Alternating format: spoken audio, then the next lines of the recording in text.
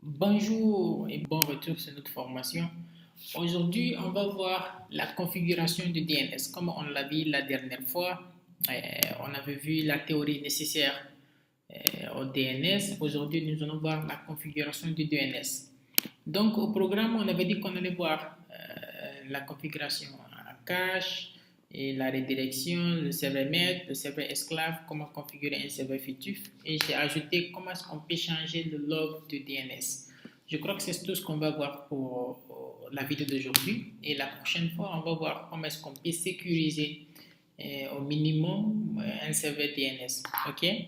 Donc, moi, je vais tout de suite partir sur mon serveur Ubuntu 20 que j'ai installé. Donc, dans un premier temps, on va voir si est-ce que le DNS est installé sur notre machine.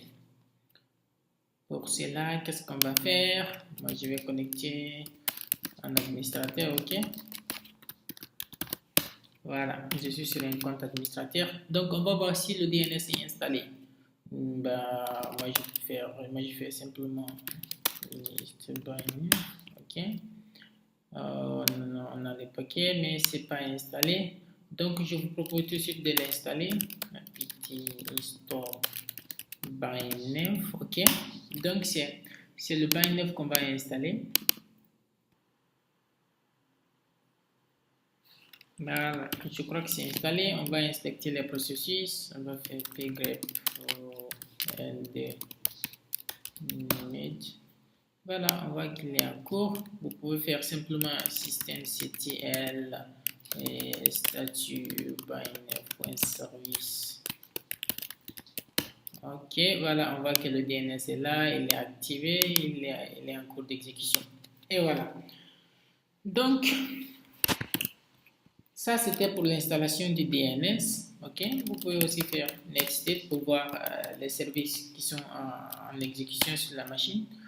On voit que le DNS il est en écoute sur le port 53. Le nom du processus s'appelle le Nimit. Ok, donc le DNS il est bien installé et ça fonctionne. Donc, on voit que le DNS est installé. C'est quoi la fonction du DNS? On avait dit que c'est un système qui va vous permettre, par exemple, qui va vous permettre d'interroger, ok, une machine, mais à travers un nom, ok, à l'aide d'un nom. Donc, ce système, il va vous permettre de faire un mapping entre un nom de domaine et avec une adresse IP. Par exemple, quand je vais interroger Google, par exemple, quand je fais google.fr par exemple, il va convertir ça à une adresse IP. Voyons voir, faisons un ping sur ça. Ping. Vous voyez tout de suite ici la première ligne ici. Vous voyez que Google a été converti, ok, par une adresse IP. Donc c'est ça le rôle du DNS au fait. Donc on va continuer. On avait dit qu'on allait commencer par le cache DNS, configuration du cache. La bonne nouvelle est qu'on n'a pas de configuration à faire ici. Un DNS fraîchement configuré est par défaut en cache, ok, en un serveur cache. Ça veut tout simplement dire que le serveur il ne connaît aucune réponse, mais quand il fait une résolution, il garde les réponses en mémoire, ok. Ça va lui permettre, ça va lui éviter de reprendre chaque fois les processus. Alors, comme ça, puisque le serveur il ne connaît aucune réponse, alors comment ça se fait qu'il obtient les résultats de résolution? Comment il sait c'est à tel ou à tel serveur je dois m'adresser pour avoir des réponses? Ça, pour répondre à cela, on va voir où se trouve le fichier de configuration de DNS. Ok, le fichier de configuration de DNS, disons du serveur main, se trouve dans etc.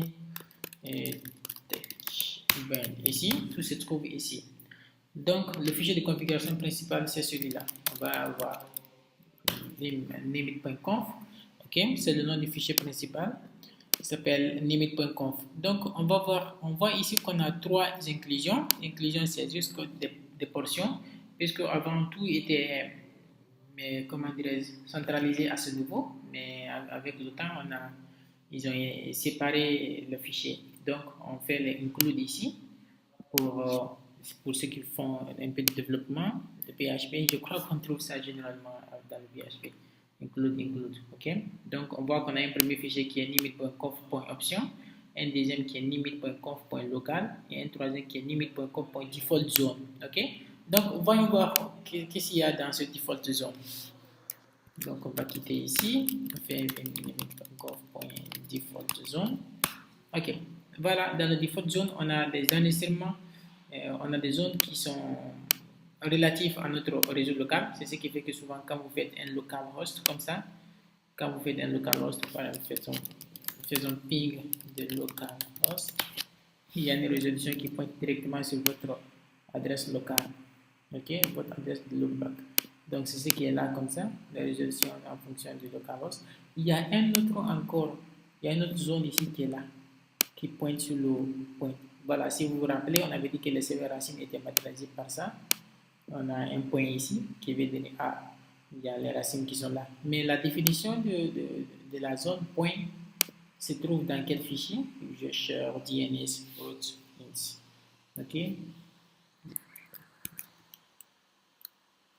On quitte ici. On va dans user et share DNS. OK. On voit ici le fichier là. Donc, on va essayer de le mettre là-bas. Voilà, vous voyez ici, on a les serveurs racines qui sont matérialisés par a.root servers.net jusqu'à, je crois, c'est M, qui font les 13 serveurs DNS avec leur adresse IP. Vous voyez ici, donc c'est comme ça. Si vous n'avez pas de redirection configurée, chose qu'on va voir tout de suite, votre serveur DNS va directement interroger les serveurs root qui vont enfin lui donner la réponse. OK? Donc, voilà ici. On va quitter. Ça, c'était le serveur cache. Ensuite, on va voir comment est-ce qu'on peut configurer la redirection. Pour la redirection, c'est très simple. Il vous suffit simplement de dire à votre serveur DNS, OK, si tu n'as pas la réponse à une requête, OK, envoie simplement la demande, transfère la demande à un autre serveur, ok? C'est une chose qui peut généralement être l'adresse, le DNS de votre fournisseur d'accès Internet, ok? J'ai un DNS que j'ai installé, donc je n'ai pas d'enregistrement spécifique à faire dans mon réseau, donc je redirige les résolutions à mon fournisseur, au serveur de mon fournisseur d'accès Internet, ok? Donc du coup on se dit, puisqu'on n'a pas d'enregistrement local à faire, alors pourquoi installer un serveur DNS dans notre réseau? Ça va, sauf que ça va un peu accélérer les requêtes DNS, ok? Vu que vous n'allez pas, en fait, ça va diminuer votre consommation en bande passante. Si vous avez un cache qui est configuré aussi, ça va permettre de garder les enregistrements en cache pour éviter de demander chaque fois les serveurs racines pour obtenir l'adresse IP d'un nom de domaine, et ainsi de suite, chaque fois. Donc, ça va trouver que les réponses sont gardées en mémoire et vous allez profiter de ce cache. OK? Donc, je vais tout de suite vous montrer comment est-ce qu'on peut configurer cette redirection. Donc, allons-y dans le fichier de configuration qui se trouve dans etc point. OK? Donc, ici, c'est le cas de paint. Et ensuite, dans le fichier limit.conf.option, ok, vous allez voir une partie qu'on appelle ici forward. Ok, forward qui veut dire transférer quoi. Donc, regardez ici, qu'est-ce qu'il dit?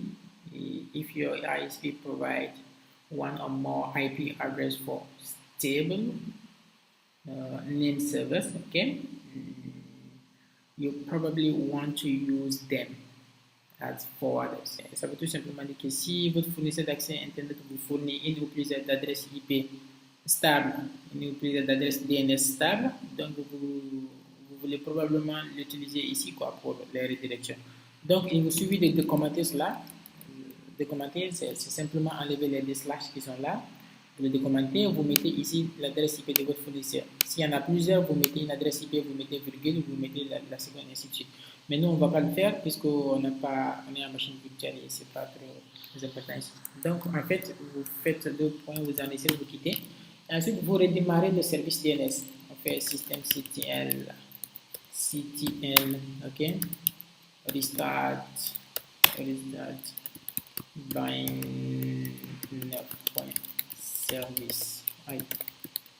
service, ok. Ensuite, vous faites un statut. Vous voyez si tout va bien. Ouais. Statut, ok. Ok, pour vous rassurer que tout va bien, si vous n'avez pas d'erreur et ainsi de suite. Ok, c'était un peu la redirection. Essayez si vous êtes en production, ça c'est bon. Ensuite, on va passer à quoi? À un serveur maître. Ok, voilà. Maintenant, vous avez des enregistrements locaux à faire. Vous avez un serveur DNS, vous avez un serveur de messagerie, un serveur FTP, le fichier, ainsi de suite. Beaucoup d'enregistrements. Il y a certains postes que vous voulez enregistrer. Il vous faut configurer un serveur maître. Ok? Donc, le serveur maître, c'est en quelque sorte le serveur autoritaire de votre réseau. Ça veut dire quoi? Que s'il y a des enregistrements, si les clients font une demande d'enregistrement, vous allez d'abord vous adresser à votre serveur au réseau. Ok? Ensuite, si le serveur il connaît la réponse, il va faire la résolution, il résout l'adresse IP, la procédure continue comme on l'a vu dans la théorie sur le DNS. Par contre, s'il ne connaît pas, alors il va demander ça à un autre serveur, soit au serveur Racine ou peut-être au serveur de votre fournisseur d'accès Internet qui est par exemple configuré dans la redirection. Donc, on va continuer. Pour configurer un serveur maître, on va d'abord déclarer la zone. Okay? On déclare la zone dans ce fichier, limite.conf.local. Okay? Dans ce fichier.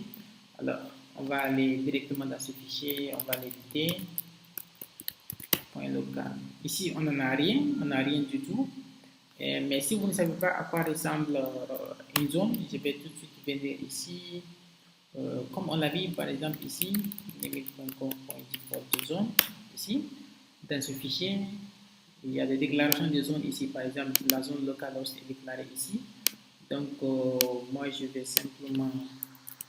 Mais on va laisser tout ça là. Et je voulais copier et mettre dans ce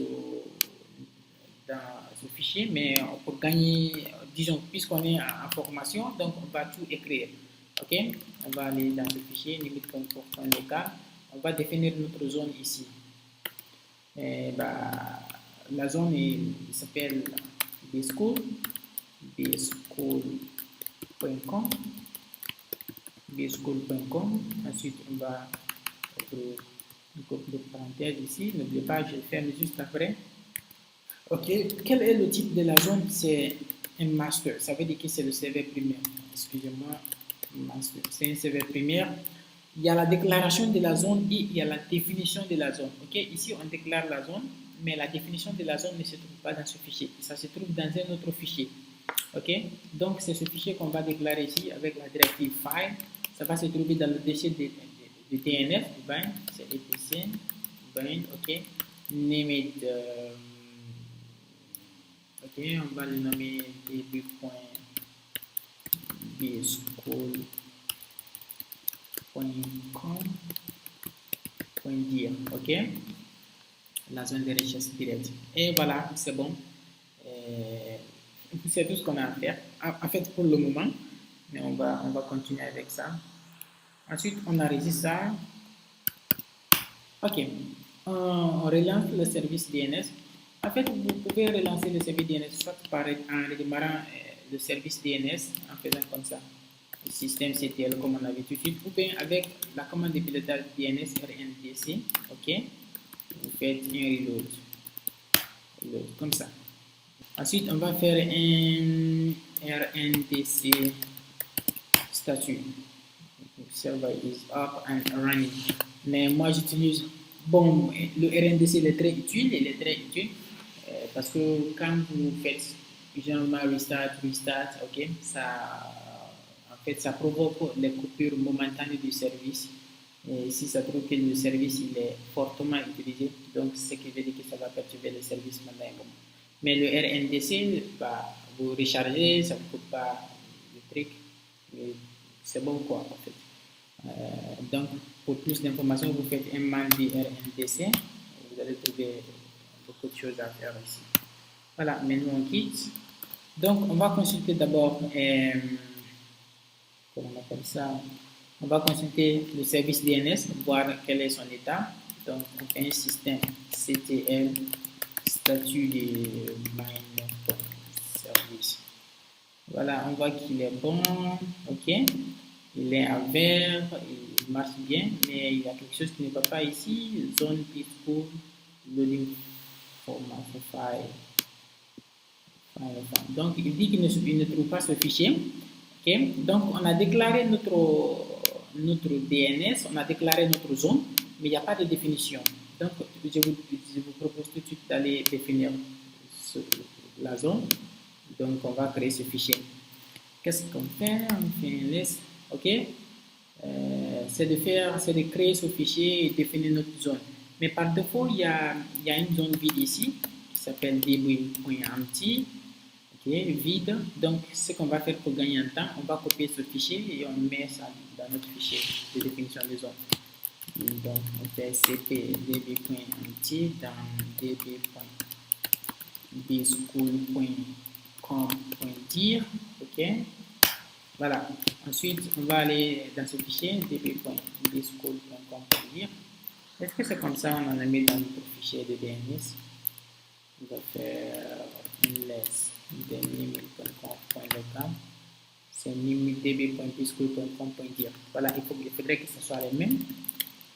db.bschool.com.dir. Voilà, on a notre zone ici.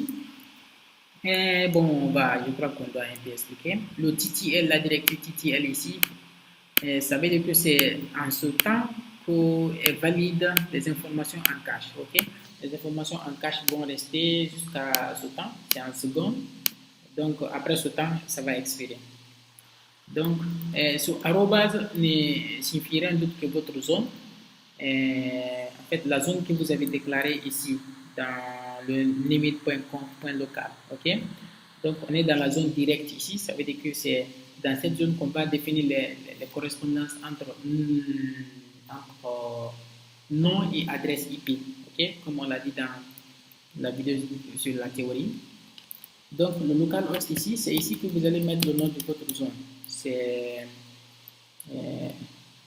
quel est le nom de la machine d'ailleurs? On va... hostname, ok, c'est serveur. Ok? Donc, voilà. La machine qui fait autoritaire sur le réseau s'appelle serveur. Ok? C'est ce serveur. Serveur, il est dans le domaine du school.com. N'oubliez pas de mettre le point à la fin, c'est très important. Ok? Si vous ne mettez pas le point à la fin, donc il va dire que vous n'êtes pas encore arrivé à la fin de la zone. Alors lui, il va essayer d'ajouter point. Encore. bschool.com. Ok? Ensuite, il va mettre point. Regardez, ça ressemble à quoi? À rien. Ok?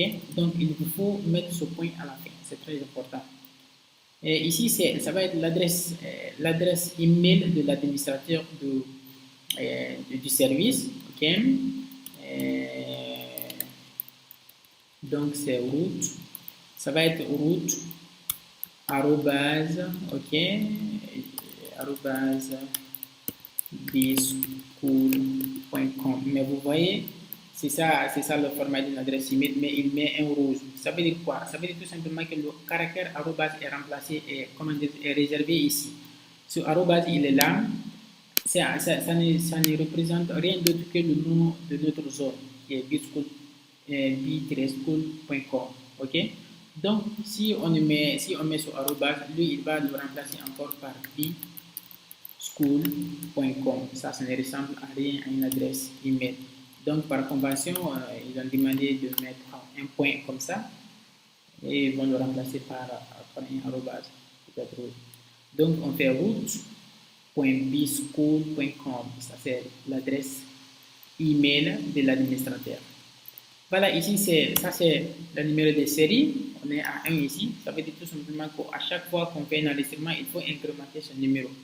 C'est ce qui va permettre à un serveur secondaire, un serveur esclave qu'on va configurer plus tard, de savoir que oui, il y a eu des modifications dans la définition de la zone. Donc, il faut que je me mets à jour. Donc, c'est en fonction de ça.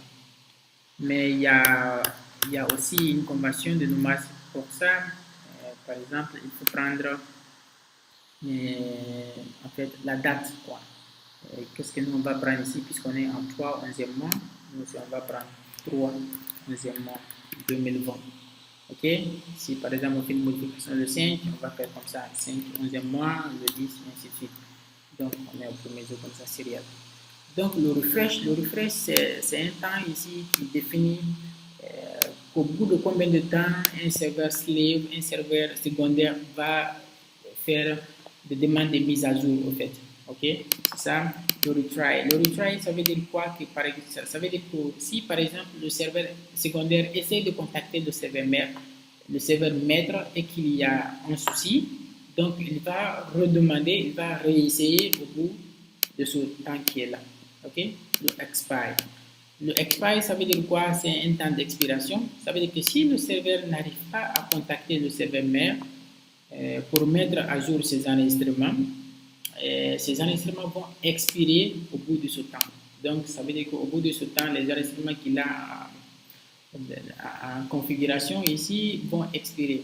Donc, la négative ici, c'est un temps négatif de cache. Ça veut dire que s'il n'arrive pas à faire tout cela, au bout de ce temps, les enregistrements ne seront plus valables. Ok? Donc, c'est en quelque sorte ça. Donc, on va descendre ici. Toujours là, n'oublie pas que ça c'est remplacé par le nom de domaine. Ici, le name server qu'on a ici, c'est quoi? C'est server, ok? .bschool.com. Voilà. On a déclaré notre serveur DNS. Qu'est-ce qu'on a dit ici? Name server. Si vous vous rappelez, on avait dit que le name server veut dire. Le NS veut simplement dire que c'est une déclaration pour un serveur de DNS. Okay? Si on a plusieurs serveurs DNS ici, serveurs de nom ici, qui font la résolution sur notre réseau, on va le déclarer comme ça. Chaque un NS, un serveur DNS, un NS, un serveur DNS. Puisque pour le moment, on n'a qu'un seul serveur DNS, donc on a un seul NS, name server.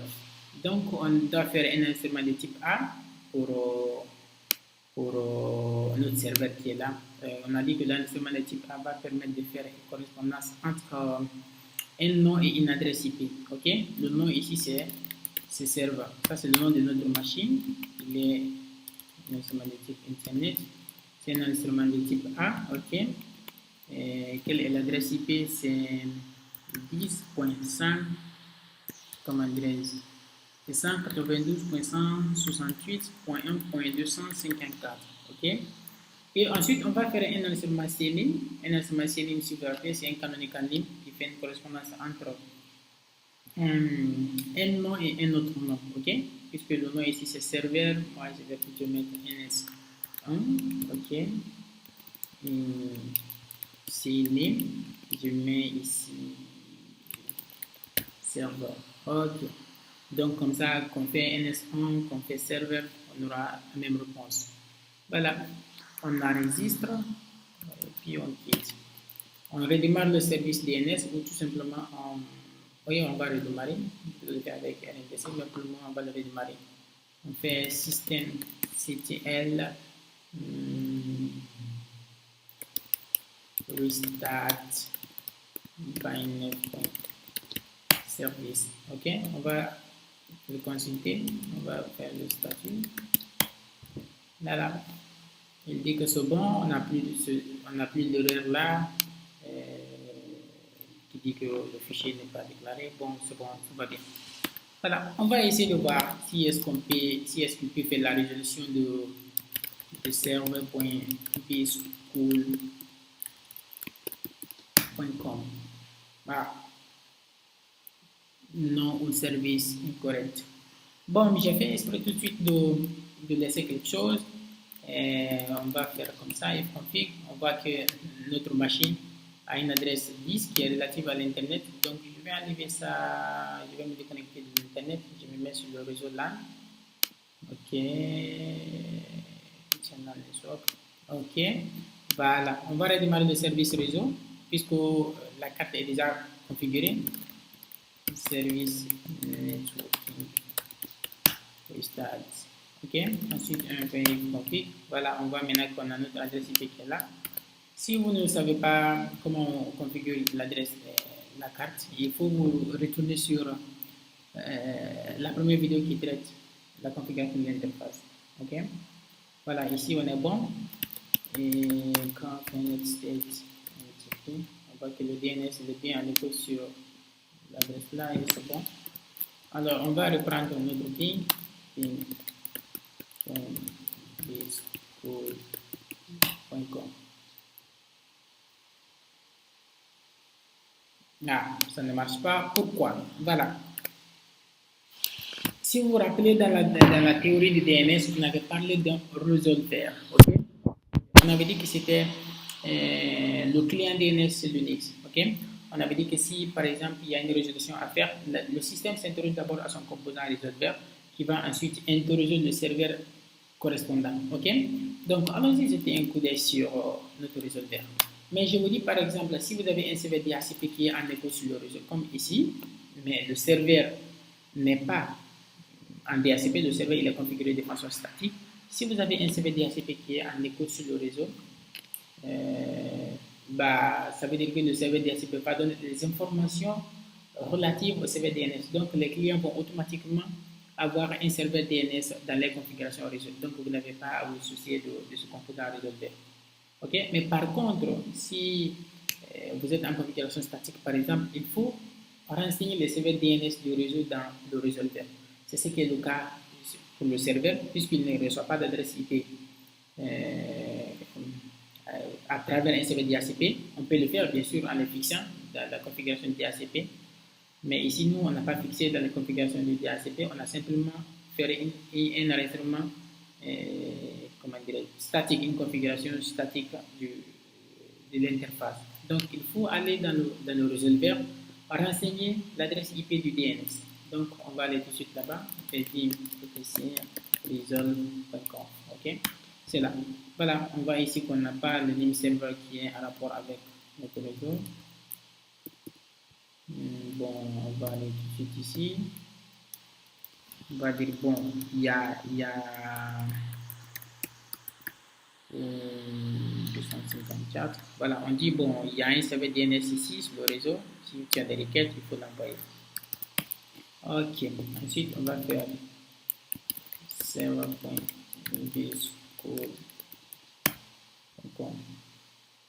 Voilà, on voit qu'il y a des résolutions et voilà, elle répond.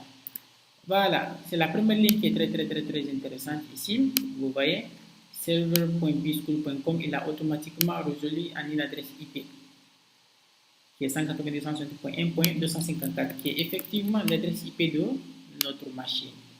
Ok, bien, c'est très bon, ça marche. Voilà, on va essayer de définir notre zone inverse. Ok, la zone inverse c'est en fait le contraire de ce qu'on vient de voir, qui est la zone directe. Ok, si vous vous rappelez, j'ai nommé le fichier dpbschool.dir, ça veut dire direct. Ok, la zone inverse c'est en fait l'inverse de la zone directe qui va faire maintenant la correspondance entre une adresse IP et un nom. Ok, donc je vous demande tout de suite d'aller dans notre fichier de déclaration des zones. Ok, on va faire un local. Ok, on va déclarer notre zone là-bas. Ok, pour le faire, on fait zone. Ok, on fait le dernier octet, c'est la partie. C'est 168.192.addr.rta. Ok, là, j'ai oublié de mettre ça ici, code, voilà. Ensuite, ici, on fait comme ça, on le ferme. Ok, on fait le type c'est master. Ok, le fichier de définition c'est dans etc. Ok, db.bschool.com.indir pour dire indirect. Ok, voilà, c'est bon. Ça c'est la déclaration. On enregistre. On quitte, ok. Ensuite, on va redémarrer le service. Restart, ok. On va faire un statut. Voilà.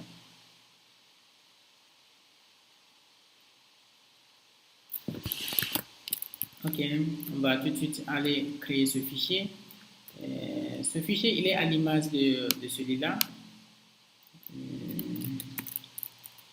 Qui est vim.db.127, qui est une zone indirecte parce qu'on a les informations du pointeur ici. On a dit que le pointeur, c'est correspondance entre IP et nom de machine. Donc, on va copier ce fichier, db.127.db.dschool. Cette fois, c'est indir. Ok. Voilà. db.dschool.indir.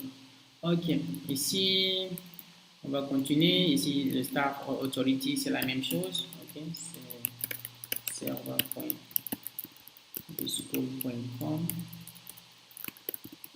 Ici, c'est route.bschool.com.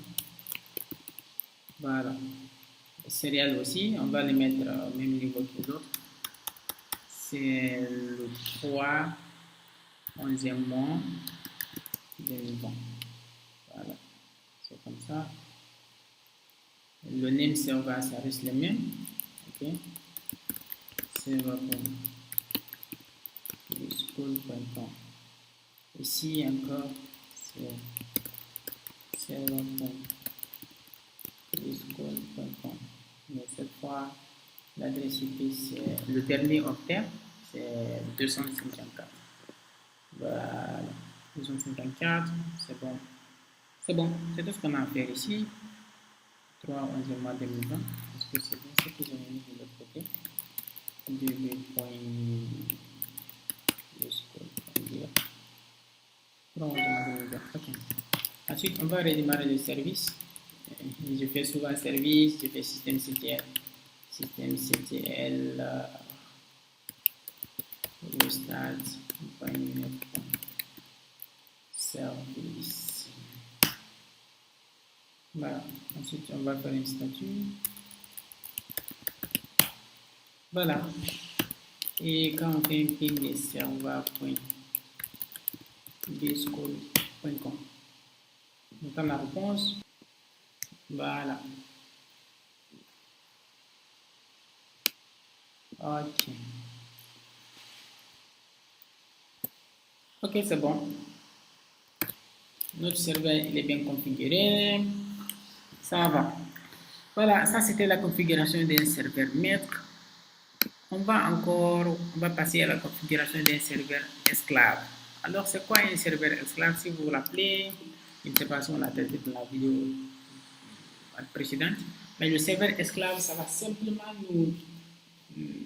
nous garantir la disponibilité du service. Ok. Si vous avez un serveur, ce qui veut dire que si le serveur a un problème, le service sera perturbé, chose qu'on ne peut pas accepter sur un réseau en production.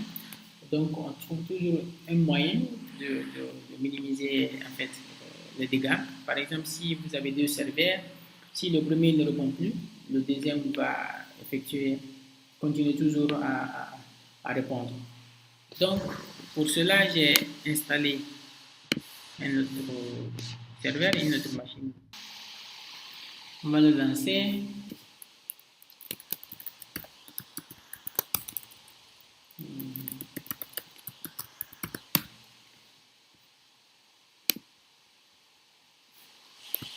Voilà, je vais voir si le DNS il est installé ici. On fait un petit on dit qu'il est installé. Ok, tout ce qu'on va faire, c'est qu'on va carrément partir de rien. On va le désinstaller.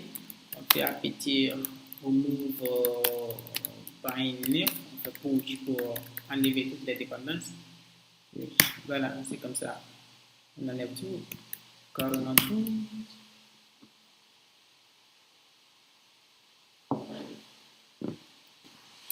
Voilà que la désinstallation est finie. Donc, quand on a désinstallé, on va maintenant l'installer. Ok. Je vais me déconnecter sur le réseau interne. On va aller sur l'internet, la NAT. Voilà, on va installer le paquet. On fait un petit install by9. Ok, ça va l'installer. Ok, tout va bien. On va voir le paquet. On fait un petit list by9. Voilà, on voit qu'il s'est installé.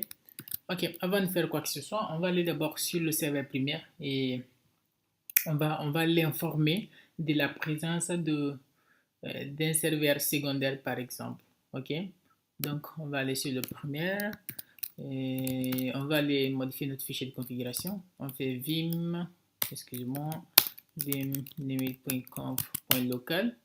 Qu'est-ce qu'on va dire ici? On va dire, ok, il faut autoriser les transferts, la réplication, c'est la même chose. Allo transfert, ok, on dit qu'on va autoriser la réplication sur ce serveur ou ces serveurs. 168.1.253, ok, n'oubliez pas, il y a une virgule. Ensuite, bon, rappelez-vous, il y a une partie dans la définition du DNS. Je vais aller tout de suite vous montrer là-bas. On va enregistrer ici d'abord. On fait vim limit cdb.conf.bschool.com.dir. Ici, sur refresh, je crois que c'est une semaine. Rappelez-vous que c'est à chaque une semaine que le serveur DNS secondaire va essayer de recontacter le primaire pour voir s'il y a eu d'éventuelles modifications. Mais par contre, ce qu'on est sur le point de mettre, celui-là, ok, also notify, si vous faites comme ça, ok, dès qu'il y a un changement sur le serveur primaire, ok, il va automatiquement le notifier au niveau du serveur secondaire pour dire, ah bon, il y a eu une modification dans les configs, il faut te mettre à jour, ok, c'est ça. 168.1.253, ok, c'est l'adresse IP du serveur secondaire, voilà. Et n'oubliez pas, on fait la même chose sur la zone inverse. On va aller à la fin du fichier là. Tac. Pose là. Allo transfert, c'est bon. Là, je vais aller. Je mets ça ici. Ok. Also notify, on met l'adresse IP du serveur secondaire. Allo transfert. Ok. On va résumer qu'est-ce qu'on vient de faire. On vient d'ajouter sur le serveur primaire, ok, le serveur maître, allo transfert, qui veut dire il faut accepter la réplication de tes configs, il faut accepter la réplication des définitions des zones sur ce serveur, ok, qui est notre serveur secondaire. Ensuite, il faut le notifier s'il y a des changements. Donc, en cas de changement, le serveur primaire va notifier le serveur secondaire pour qu'il se mette à jour, ok. C'est pourquoi on dit que le DNS, il est dynamique et répliqué, ok. On n'a pas besoin de réécrire toutes les définitions sur notre serveur secondaire. Ça va automatiquement être synchronisé comme ça. Voilà, c'est comme ça. C'est pas terrible. Ok, ça va. Et ensuite, on va redémarrer le service. Restart. Ok. Voilà, c'est bon. Ça va redémarrer là. Pourquoi ça prend du temps là? Ça vient. Bon, on va constater les statuts. Je ne sais pas pourquoi ça dure. Ok, c'est bon ici. Donc, on va aller sur le serveur secondaire. Puisqu'on a fini la configuration sur le serveur primaire, on va aller voir ici. Donc, rendez-vous dans le fichier de configuration. Ok. Voilà. Ici, qu'est-ce qu'on fait? On va aller...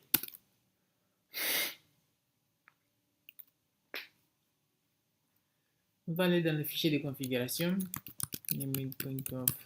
Local, ok. Ici, on va déclarer notre zone, ok. C'est juste la déclaration de zone pour informer au système la présence de zone. Sinon, la définition, ça va être synchronisé, ok. Donc, on fait zone bschool.com, ok. On ouvre les doubles parenthèses comme ça, OK? Quel est le type de ce serveur ici? C'est un esclave, un slave, OK? Si c'est un esclave, où sont les maîtres? Masters. On fait comme ça, on n'a qu'un seul maître, donc on fait 168.1.254. On ferme ça. Et où est-ce qu'on va mettre le fichier de configuration? N'oublie pas, le serveur DNS, il a accès au fichier, le file var cache bind. OK? Donc, on va nommer le fichier db.bschool.com. OK? .dir. OK. Si tout va bien, après le config et après le redémarrage du serveur, on devrait normalement se trouver automatiquement créé dans ce répertoire var cache bind. OK? Donc, on n'a pas besoin de l'écrire à la main. On devrait la trouver là-bas, si tout va bien. OK, on va mettre la zone inverse. OK, donc c'est 1.168.192.ddr.rp. OK, donc on fait comme ça. OK, on fait le type, il est toujours un slave. Le masters, il est toujours à 168.1.254. OK. Voilà. Le fichier de définition va toujours être dans var. Excusez-moi. Cache bind.bschool.dir. OK. Voilà comme ça. Tout va bien. Voilà comme ça. On enregistre là. On quitte. OK. Voilà. On fait service.9 restart. OK. On va consulter le statut. OK. Tout a l'air normal. Dans ce cas, on va aller vérifier ce fichier. C'est des var cache bind. Voilà, vous voyez que ces deux fichiers sont automatiquement créés. OK. Ces deux fichiers sont automatiquement créés. Mais si vous consultez, si vous étiez un œil sur le contenu, ça va être un fichier crypté. Et bah, ça ne va pas être trop lisible, quoi, vous voyez. Mais tout est là. Tout est là. On quitte simplement dans ce fichier. Et voilà. Voilà, qu'est-ce qu'on va faire? On va informer notre résolveur comment dirais-je, de la présence de notre serveur. On va aller sur le réservoir du maître. C'est on va faire simplement vim etc resolve.conf. OK. On va le dire, OK, bon, on a un autre serveur qui est le 253. Donc, s'il y a des résolutions, il est concerné. OK. Service networking. Bon. Reload. OK.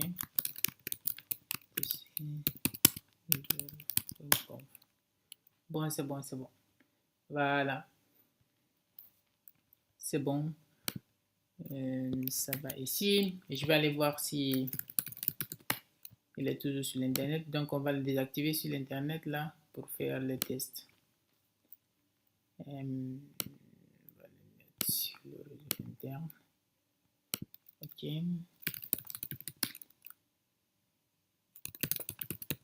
Service networking restart. Voilà. Lui aussi, on va modifier son résolveur. Resolve.conf. OK. Name server.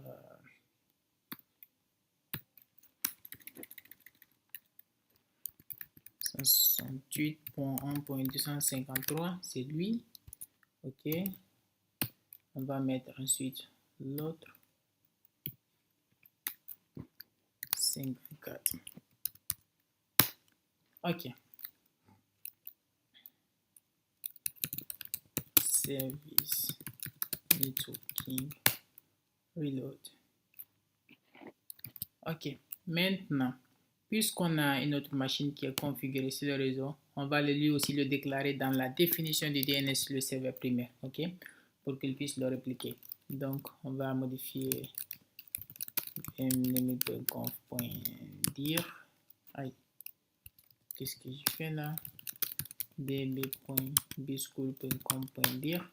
Donc, on va dire ici qu'on a un autre serveur de nom qui s'appelle, c'est pas là-bas,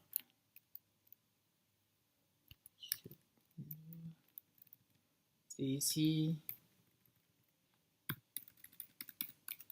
ns2, je crois que c'est ça, ns2, ok, nsd.bschool.com. on va faire son enregistrement de type A, ok, son nom c'est ns2,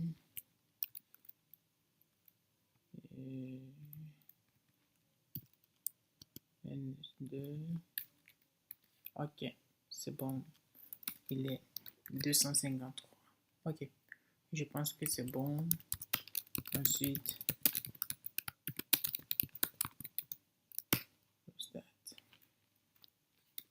donc on va faire un statut pour voir si tout va bien. Ok, je pense que tout va bien. Donc voilà, on va tester si ça va. Donc il y a un outil qu'on appelle Nemid check zone. Ok, c'est le domaine, c'est bschool.com. Donc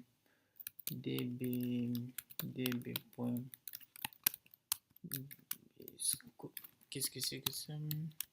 bschool.com.dir. Ok, il n'y a pas d'erreur. Ok, d'ailleurs, ici encore, on va tester le indir. S'il n'y a pas d'erreur de configuration, ici ça va être le domaine inverse.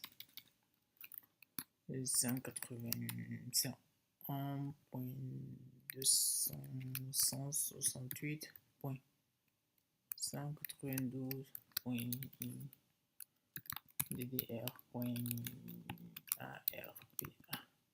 Voilà, ici aussi il n'y a pas de problème. Mais j'ai oublié, j'ai modifié db.bschool.com.dir. Je n'ai pas incrémenté le numéro serial. Aujourd'hui c'est le 22 novembre. Donc on va modifier ça. On met le 22. Ok. Et on doit aussi modifier les informations dans la zone inverse. Donc aujourd'hui encore, c'est le 22. Surtout ne faites pas cette erreur, sinon ça va vous coûter très cher. Donc c'est ns2, ok. Et ici encore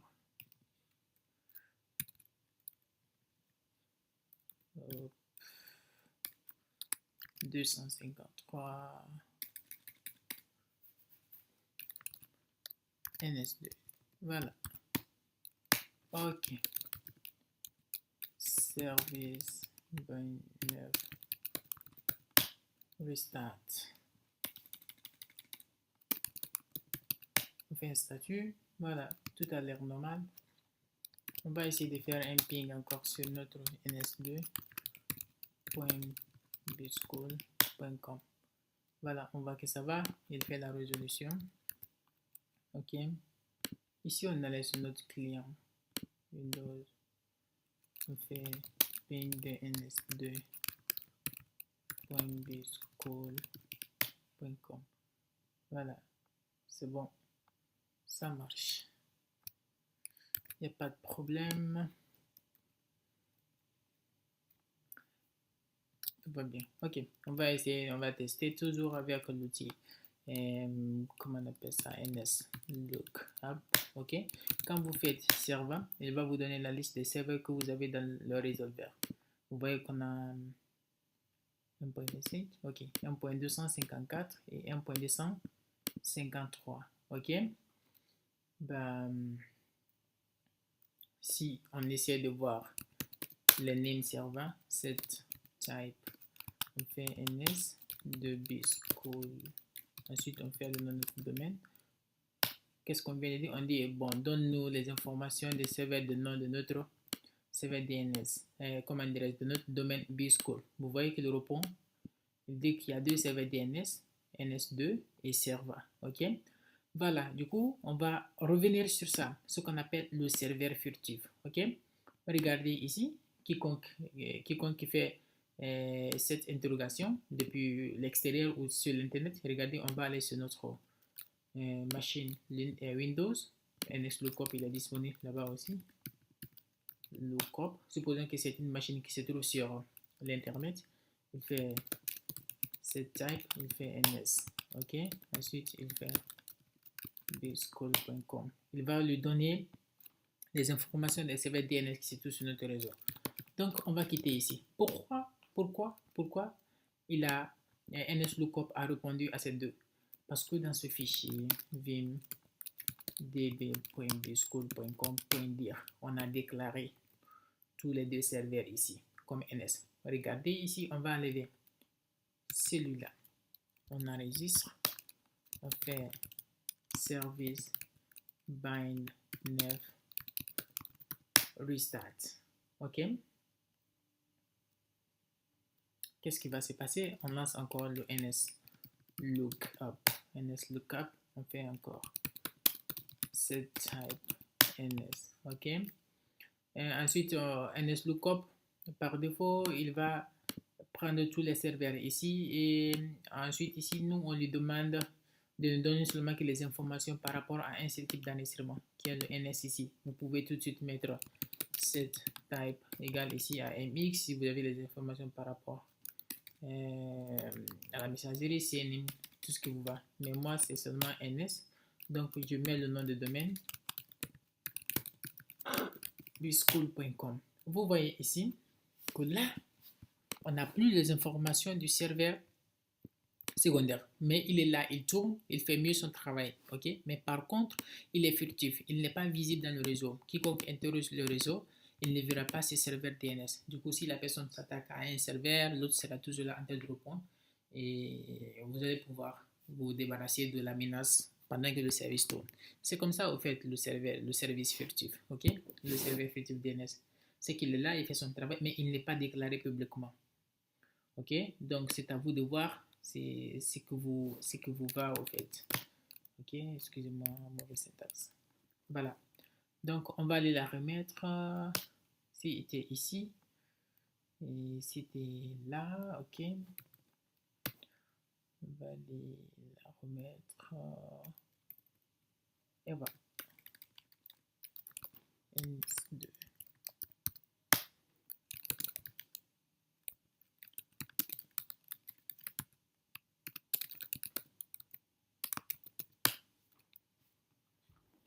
Ok.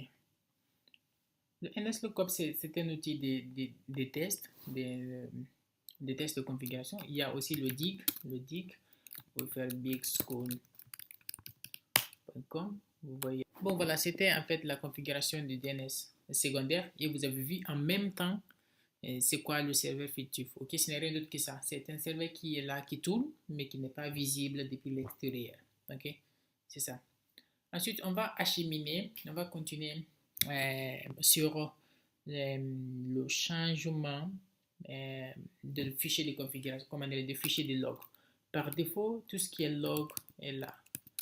Je vais seulement afficher les 20 dernières lignes de var log, c'est var log 6 log, ok. Le DNS aussi est log ici. Mais on va changer ce fichier de configuration. On va aller, bon, on ne log plus ici, il faut loguer ailleurs. Pour cela, on va aller dans vim etc. On est déjà sur, on fait limit.conf.local. Donc, pour le log, on a besoin de dire deux choses. Qu'est-ce qu'on veut loguer et où est-ce qu'on veut loguer.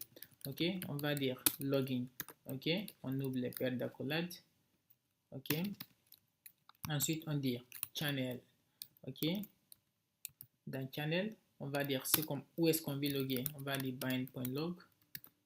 Dans ça aussi, on aura besoin de déclarer, bon, dans quel fichier on veut loguer, on fait file, ok, c'est dans var log limit bind.log.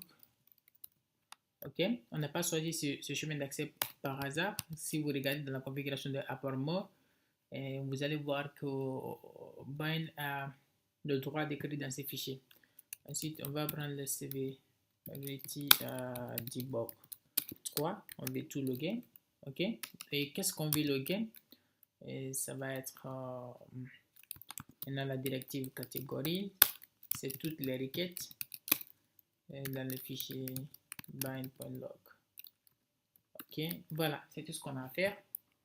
Et on va aller créer ces fichiers et le donner le droit, donner le propriétaire à bind. Donc on fait touch de var log limit bind.log. Ok, on fait change en un, on donne ça à bind de var log limit bind.log. Voilà, on fait service bind 9, excusez-moi, restart. Ok, et ensuite après le redémarrage on devrait trouver les informations des logs dans le nouveau fichier qu'on vient de créer. Si ce n'est pas le cas, c'est qu'on a un problème. Mais avant cela, on va checker d'abord la configuration. On fait named checkconf et named.conf. Ok, on va faire named check zone. Ah non, bon, on n'a pas besoin, on n'a pas besoin. Donc on va déterminer sur ce fichier var log named bind.log. Ah, vous voyez déjà que c'est rempli, de log. Donc du coup, la configuration a marché. Bon, je crois qu'on est arrivé en terme de cette vidéo et j'espère que ça vous a plu, et dans la prochaine vidéo on va voir comment est-ce qu'on peut sécuriser le DNS. Ça fait beaucoup de vidéos pour le DNS, hein? Mais c'est fort intéressant. Le DNS est très intéressant dans le réseau. En fait, il y a beaucoup de services qui s'appuient sur le DNS pour fonctionner. Si elle marche, si le DNS est bien configuré, je pense que ça marche, c'est bon quoi. Vous serez à l'aise. Bon, voilà, on a fini avec la configuration. Si vous voulez tester le fonctionnement de votre serveur secondaire, si vous voulez vous assurer que le serveur secondaire il marche parfaitement, tout ce que vous avez à faire, c'est de mettre le serveur primaire sur pause, ok, de désactiver le service et d'essayer de faire le ping sur, par exemple, une machine cliente, sur notre machine Windows, par exemple. Et rassurez-vous d'abord d'effacer le cache DNS. Tout ce que vous avez à faire pour cela, c'est de faire comme ça. CLS, vous faites ipconfig / flush DNS, ok, comme ça vous videz le cache DNS, ok. Ensuite vous faites une résolution maintenant, par exemple de ns2.bschool.com, ok. Voilà, si cela marche après que vous avez désactivé le service sur le serveur primaire, si ça marche, donc c'est que la marche a réussi. Je vous donne rendez-vous à la prochaine vidéo où on va parler un peu de la sécurisation du DNS. Comment est-ce qu'on peut sécuriser le DNS au minimum? Comment est-ce qu'on peut limiter les requêtes? Comment est-ce qu'on peut configurer par exemple les access lists et tout ça. Ciao, ciao.